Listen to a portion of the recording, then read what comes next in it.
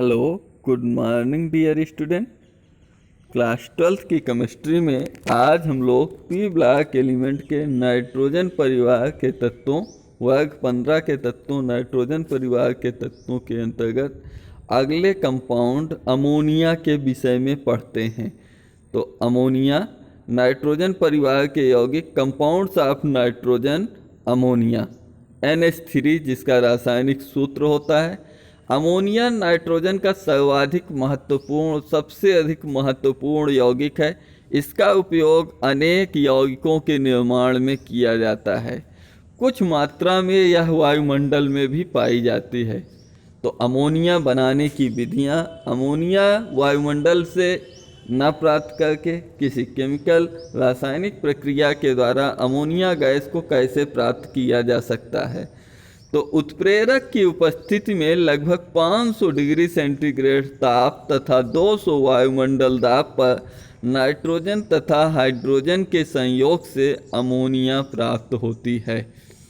यदि किसी उत्प्रेरक की उपस्थिति में 500 डिग्री सेंटीग्रेड ताप और 200 वायुमंडल दाब पर नाइट्रोजन गैस और हाइड्रोजन गैस के मिश्रण का अभिकृत कराया जाए तो अमोनिया गैस NH3 प्राप्त होगी, जिसका रासायनिक अभिक्रिया N2+3H2 एरो 2NH3 प्राप्त हो रहा है।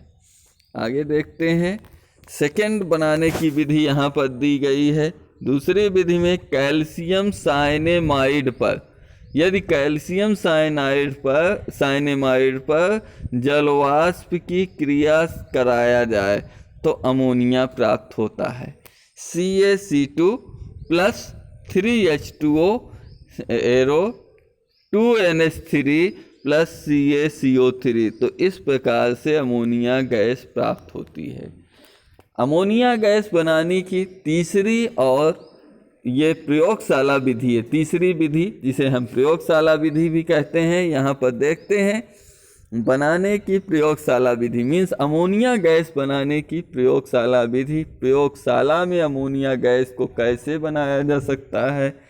प्रयोगशाला में अमोनियम लवण को क्षारों से क्रिया कराने पर अमोनिया गैस बनती है। अमोनियम लवण जैसे अमोनियम क्लोराइड, अमोनियम सल्फाइड, इस टाइप से कोई लवण, अमोनियम कार्बोनेट वगैरह लेकर के यहाँ पर ammonium chloride 2NH4Cl + CaOH2 calcium hydroxide की अभिक्रिया कराते हैं तो CaCl2 + 2H2O + 2NH3 प्राप्त हो रहा है। तो यहाँ पर प्रयोगशाला विधि में प्रयुक्त उपकरण को मैंने हाथों से बनाया है, या फिर यहाँ पर ये बुक का फ़ोटो लिया गया है। जो भी आपको उपयुक्त लगे उसे आप अपनी कॉपी में बना सकते हैं। सेम फिगर एक ही चीज़ है, एक ही बुक का है। तो यह यहाँ पर क्या किया गया है, एक परख नली में, शुष्क परख नली में अमोनियम क्लोराइड और कैल्शियम हाइड्रोक्साइड ले करके यहाँ पर गर्म किया गया है। और गर्म करने पर इसमें से एक वाष्प जो निकली, उस वाष्प को यह चूना पत्थर या चूना भरे हुए जाल परख नली में प्रवाहित किया गया। इसको दूसरे ऊर्ध्वमुखी विस्थापन द्वारा एकत्र किया गया तो इसमें यहाँ पर अमोनिया गैस प्राप्त होती है। देखते हैं प्रयोग का वर्णन। चित्र अनुसार उपकरणों को लगाकर, जैसा चित्र में कहा गया है, उपकरणों को लगाकर एक कठोर कांच की नली में नौसादर जिसे अमोनियम क्लोराइड और बुझे हुए चूने के मिश्रण को लेकर गर्म किया जाता है। प्राप्त अमोनिया गैस के अधोमुखी विस्थापन द्वारा गैस अधोमुखी विस्थापन द्वारा गैस जार में एकत्र कर लिया जाता है। गैस जार में इकट्ठा करने से पहले अनबुझे चूने CaO पर इसे प्रवाहित करते हैं, जिससे इस गैस की नमी दूर हो जाती है। अब आपके एग्जाम में एक प्रश्न ये आता है कि इस प्राप्त अमोनिया गैस को CaO से ही क्यों शुष्क किया जाता है।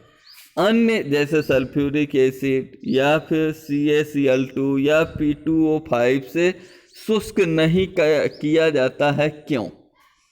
तो इसका जवाब जब लिखना होगा कि अमोनिया गैस, प्रयोगशाला विधि में प्राप्त अमोनिया गैस को शुष्क करने के लिए CaO का ही यूज क्यों किया जाता है, अनबुझा चूना को ही यूज क्यों किया जाता है।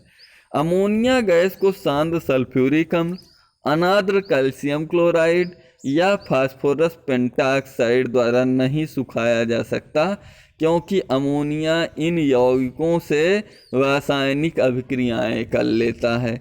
जब उससे अभिक्रिया कराएंगे वो सुखाने का प्रयास करेंगे, अमोनिया गैस बचेगी ही नहीं, दूसरा यौगिक बन जाएगा। जब दूसरा यौगिक बन जाएगा तो सुखाने का मतलब नहीं निकला।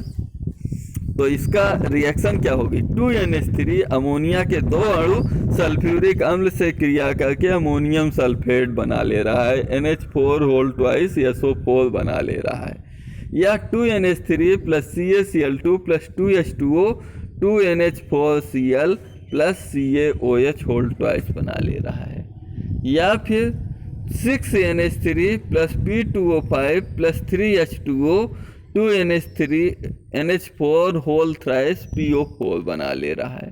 तो इस प्रकार से आज की डेट में हम लोगों ने अमोनिया गैस कैसे प्राप्त किया जाए, नाइट्रोजन के कंपाउंड अमोनिया गैस, अमोनिया बनाने की प्रयोगशाला विधि का वर्णन किया। अगली डेट में हम लोग इसके औद्योगिक विधि हैबर विधि का अध्ययन करेंगे। मिलते हैं अगले टर्न पर हैबर विधि, अमोनिया बनाने की हैबर विधि के साथ। तब तक के लिए सभी लोगों को मेरी तरफ से जय हिंद, वंदे मातरम।